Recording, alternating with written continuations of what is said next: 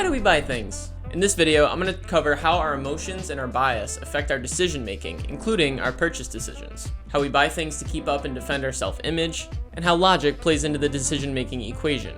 Alright, so let's start out with the fact that we're a bunch of filthy animals. And if you disagree with me on that, well, then you're just a couple search queries away from a rude awakening. Try Googling Black Friday Mob or Best of Youth Sports Parents Fights. Because believe me, nothing screams humans are animals like watching parents go berserk and throw shit at each other when their ego gets damaged over their kids losing a youth football game.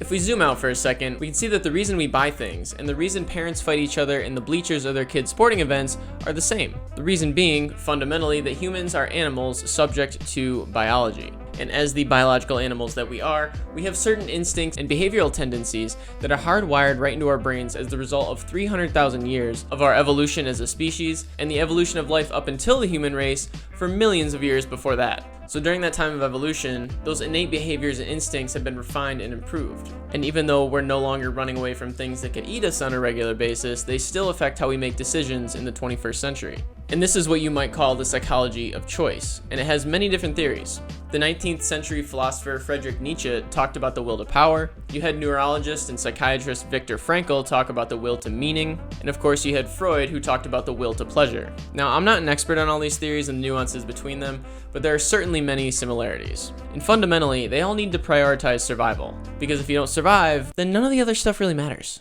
So we're just going to say that we make choices in order to maximize our interests and obtain the greatest utility or benefit. And if we're talking about humans that lived 300,000 years ago, they were primarily making survival-based decisions. Nobody really cared about their Instagram likes back then. And speaking of survival mechanisms, let's talk about emotions real quick. Emotions are states of feeling that result in physical and psychological changes that influence our behavior. And we experience these emotions and these feelings as a response to our environment. So 300,000 years ago, when we find berries, we get excited because we're hungry. We've been eating tree bark for the past 2 weeks, and those berries are looking pretty damn colorful and nutritious at this point. In that way, the excitement over berries is actually a survival instinct. It wouldn't make much sense if we were just like, I'm not really into berries. I'm gonna stick with this tree bark. It's nice and hearty. If such a person did exist, natural selection probably weeded them out a long time ago. Alright, so that's a skinny on emotions. Now I want to mention bias. So bias, as a fundamental definition here, is an inclination, predisposition, or prejudice towards something. So we naturally have bias due to the fact that we have past experience. So when we're eating those berries we found, and then all of a sudden we encounter a ferocious, threatening bear, we experience fear. That fear is a survival mechanism to help us run the hell away from that bear. That's the emotion we just talked about. So now here's where the bias comes in. Let's say we got away, but the bear got our poor friend Steve. You know, Steve wasn't really keeping up with his exercise routine. He ate a lot of berries before the bear showed up. He was a little sluggish, I'm not gonna lie. That's natural selection for you. From the experience of being threatened by the bear, feeling that fear, and Steve getting eaten, we now have a bias against eating from that berry bush. Bias is really our way, or our brain's way, of picking up on patterns in our environment and using that knowledge to modify our behavior and improve our chances of survival in the future. Now, today, we don't have to worry about survival. Survival's pretty damn easy in 2020. We now regularly have an abundance of food instead of a scarcity, to the point where it's actually harming us, i.e. diabetes. Diabetes. But we still make choices based on the same genetic wiring, like I mentioned earlier.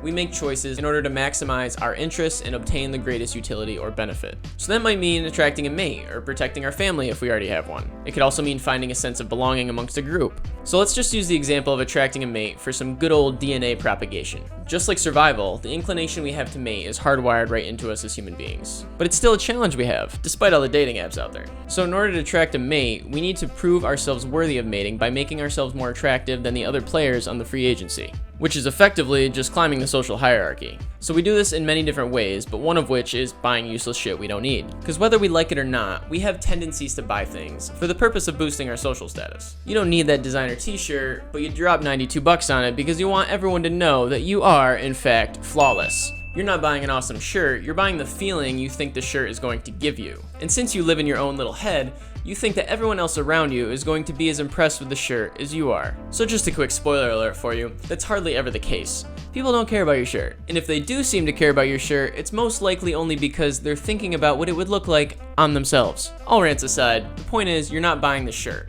You're buying the emotion you hope the shirt is going to give you. You're buying that feeling of being more attractive, or the feeling of fitting in amongst a group of friends who all wear $92 t-shirts.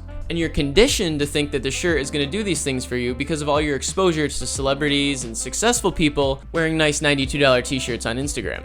Your brain sees that over and over again and starts forming that pattern. So it associates goofy designer brands with being successful, well-liked, attractive, or what have you. So in a nutshell, you buy the $92 t-shirt to get the desired feeling of improvement, which would boost you up the social hierarchy and ultimately make you more attractive to a mate. So $92 t-shirts equals DNA propagation opportunities. And that's how people justify spending $92 on shirts that look like they were designed by 5-year-olds and then puked on a little. #art. Another example is a mother of 3 young kids getting a new vehicle. She sits down with the salesman at the Toyota dealership, and the salesman asks her what she's looking for in a vehicle and why. And what does she say?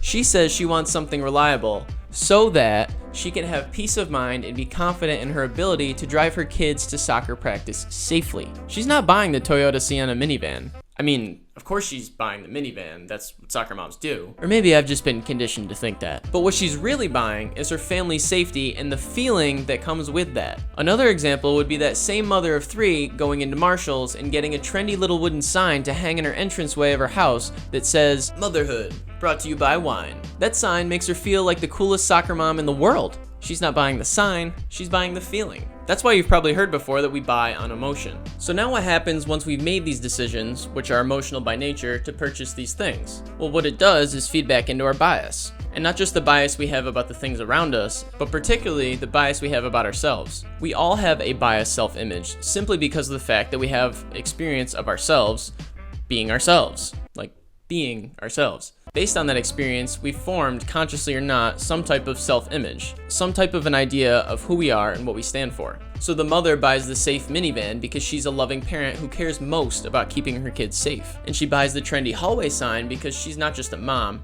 she's a fun mom. She likes to have a good time on Friday nights and drink wine with her soccer mom friends. These thought patterns, these concepts of ourselves are simply reinforced and strengthened when we buy these things. What we believe internally, we create externally. She thinks and feels that she's a fun mom, so she resonates with that goofy hallway sign. It's something a fun mom would like. So she buys the sign and hangs it in her hallway. She now has taken that internal fun mom concept and created it in her external world. It becomes an example of something in her external world that reinforces her internal fun mom self-concept. And so it reinforces her self-image bias. And that's what makes bumper stickers so hilarious. When people are so proud and so dug in on their identity that they feel the need to go out of their way to let other people know about it. Because it's not like something in your own home. That's only part of your external world. When you put something on your car, you're creating it in other people's external world as well. And so it's not a coincidence that there are statistically more lifted pickup trucks that are unnecessarily loud and blow copious amounts of smoke and exhaust that's blacker and thicker than Terry Crews that have gigantic Confederate flag decals on their back windshield than there are Toyota Priuses with the same Confederate flag decal. Can you imagine if it was normal to see a Toyota Prius flying a Confederate flag and big pickup trucks with coexist stickers? That'd be insane. And it's not just a coincidence. People just self-identify in different ways. The Prius driver is more likely to be biased against the Confederate flag. After all, it's more likely to just be Kim, the cool mom.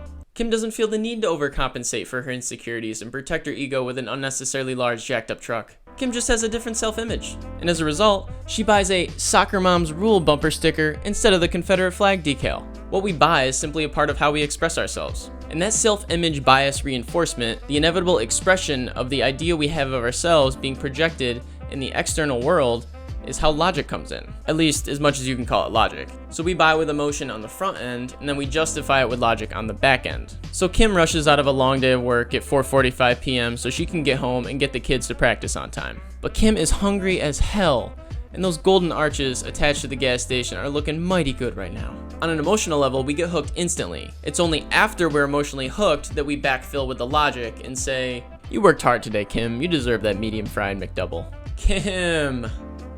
Come on, Kim. That's bullshit. Eating out of a trash can just because you're hungry isn't a reward. It's a punishment. Even if the trash can really does have golden arches. All poor diet shaming aside, it's only after we get hooked emotionally, and consciously or not, have made the decision that we manifest the logic needed to actually back it up. In that sense, the emotional hook is the most important part of getting someone to buy something. It's fundamentally how the decision is made. And the way to hook someone emotionally is by providing immense value. I put out another video on the most important part of an ad. You can check that video out in the description for more information on that, but it basically goes over that concept. And how does that work? Well, it's the basic idea that we have a reason for the things we do. If we didn't have a reason to buy a McDouble and a medium fry, then we wouldn't do it. As in, obviously, there's a reason you're getting that McDouble and medium fry. You wouldn't do it if there was no reason. Of course there's a reason. Of course! You worked hard today, Kim. You deserve it. Or maybe you didn't work so hard today. Hey, Kim, look. You had a tough day. Give yourself a break. Grab a McDouble and a medium fry. Or maybe life's pretty good. You know what, Kim? You're in a good mood. Why don't you pick yourself up a McDouble and a medium fry? You don't need an excuse. You're just feeling it. Come on, live a little. This is all logic that we use to retroactively justify the decisions that we made that were actually based on emotion. It's our mind playing a trick on us. Yes, I'm afraid my tower of peace was a little bit of trickery, Mr. Japanese dog. I'm never gonna get sick of that clip. So mom strolls into Marshall's, while her son is at soccer practice, of course. Again, that's what moms do. She sees that adorable wooden sign that's actually a pretty good deal. $12.99 marked down from $17.99. And I've been looking for something to put in the entryway there above our table. And the frame would complement the color of the walls so nicely. And what the hell, why can't I buy a cute sign I like? I'm a cool mom! And voila. That's how moms buy decorative shit that men are blind to. And that's how Marshall stays afloat. Moms. If Marshalls were to go under, I think moms would riot, or protest and demand the government bail them out or something. Anyway, this also goes for things we don't have any sense of guilt around, unlike the trendy gym sign and the McDouble examples. And in those instances, the logic just seems more obvious. So mom bought a van to keep her kids safe. Of course she did. Mom is fearful of her kids being unsafe. That's the emotion. It's right there. Therefore, of course she's gonna get the van because it's safe and reliable. That's the logic. And I just wanted to make that point because all purchases we make are out of emotion, not just the impulsive ones. And then we trick ourselves into thinking it was actually a logic-driven decision. So to summarize everything I discussed today, ultimately, we make decisions based on the emotions we have, which is highly dependent on the viewpoint from which we see the world and the biases and the predispositions that we have. Biases and predispositions, which are actually the result of the culmination of all of our experiences, combined with the genetic instincts that we're hardwired with from the get-go. And because of those things, we have a tendency to make purchases that affirm our bias, particularly our self-image bias, which is the way we view and see ourselves. And then after we become emotionally invested in something, such as a purchase, we find the logic to back up that emotional desire and justify the decision of actually making the purchase. And that's how we buy shit.